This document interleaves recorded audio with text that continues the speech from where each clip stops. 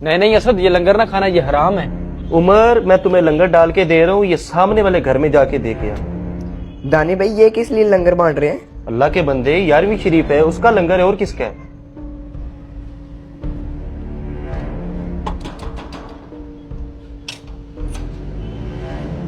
السلام علیکم بھائی جان، یہ 11ویں شریف کا لنگر۔ وعلیکم السلام جی بھائی، بہت مہربانی۔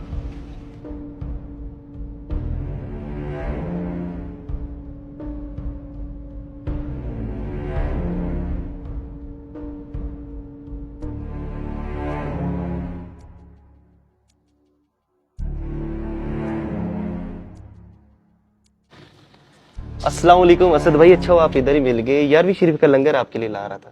جی دانش بھائی بہت شکریہ۔ نہیں نہیں اسد، یہ لنگر نہ کھانا، یہ حرام ہے۔ معاذ بھائی ایسے کیوں کہہ رہے ہیں آپ؟ یہ حرام کیسے ہو گیا؟ اسد بھائی یہ غیر اللہ کے نام کی نیاز بانٹتے ہیں، اس لیے یہ حرام ہے۔ بھائی جان بغیر تحقیق کے آپ حلال چیز کو حرام بول رہے ہیں، شرم آنی چاہیے آپ کو بھائی۔ اچھا تو یہ بتاؤ، یہ تم غیر اللہ کے نام کی نیاز نہیں دیتے؟ آپ کے نزدیک غیر اللہ کی نیاز کیا ہوتی ہے بھائی؟ او میرے بھائی، یہ لنگر تم لوگ پیر عبد القادر جیلانی کے نام کا بانٹتے ہو، تو یہ غیر اللہ کے نام کا نہیں ہے پھر؟ دانش بھائی بات تو اس کی وجہ سے ٹھیک ہے۔ اللہ اکبر، میں آپ لوگوں کی ابھی غلط فہمی دور کر دیتا ہوں۔ بھائی جان آپ مجھے یہ بتائیں، 11ویں شریف کا مطلب پتہ بھی ہے کہ یہ کیا ہے؟ زیادہ سیانے نہ بنو میرے سامنے، مجھے بس یہ 11ویں شریف کتابوں میں سے دکھاؤ، کس صحابی نے منائی ہے 11ویں؟ واہ بھائی واہ، داد دینی پڑے گی آپ کے علمی مقام کی بھی۔ اور میرے بھائی مجھے یہ تو بتاؤ، پیر عبد القادر جیلانی صحابہ کے دور کے تھے یا بعد میں تشریف لائے؟ جی معاذ صاحب، وہ تو بعد میں تشریف لائے ہیں، آپ کس طرح کی باتیں کر رہے ہیں؟ اچھا اس بات کو چھوڑو، مجھے بس اس کا مقصد بتاؤ کہ تم یہ 11ویں کا لنگر کیوں بانٹتے ہو؟ وہی تو بتانے لگا تھا بھائی آپ کو، لیکن آپ نے مجھے بیچ میں ٹوک دیا۔ بھائی جان 11ویں شریف کا مطلب سمجھ لیں کہ یہ ہے کیا۔ آپ کی فیملی میں یا ہماری فیملی میں جب بھی کوئی بندہ انتقال کر جاتا ہے، الحمدللہ ہم لوگ پڑھائی کرتے ہیں، قرآن پاک پڑھتے ہیں، ذکر اذکار کرتے ہیں، نیک اعمال کرتے ہیں، غریبوں کو، یتیموں کو، مسکینوں کو کھانا کھلاتے ہیں، اور اللہ تعالیٰ کی بارگاہ میں یہ دعا کرتے ہیں کہ یا اللہ یہ جو ہم نے نیک اعمال کیے ہیں اس کا ثواب ہمارے فوت شدگان کو پہنچے۔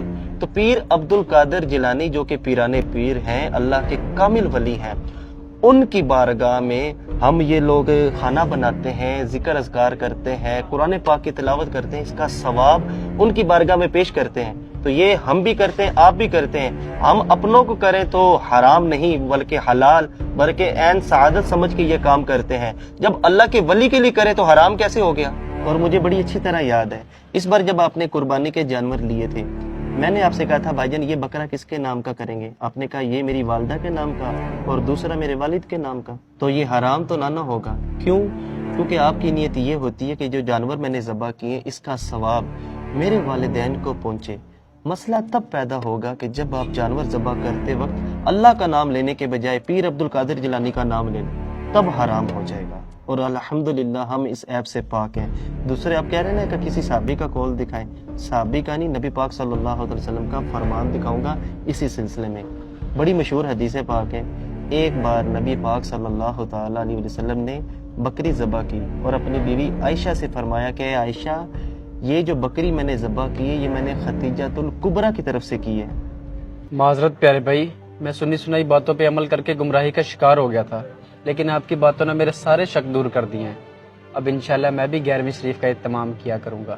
ارے ماشاءاللہ کیا بات ہے، سبحان اللہ۔ عند ذکر الصالحین تنزل الرحمہ، کہ جہاں پر اللہ تعالیٰ کے نیک بندوں کا ذکر کیا جاتا ہے وہاں پر اللہ تعالیٰ کی رحمت چھما چھم برستی ہے۔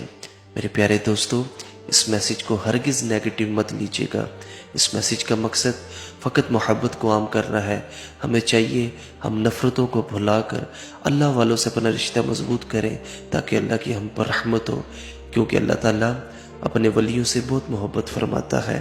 ہمیں چاہیے ہم اپنے جہاں فیملی والوں کو اصال ثواب کرتے ہیں وہاں پر اللہ کے ولیوں کو بھی اصال ثواب کریں تاکہ ہم رب کی رحمت کے طلبگار بن سکیں۔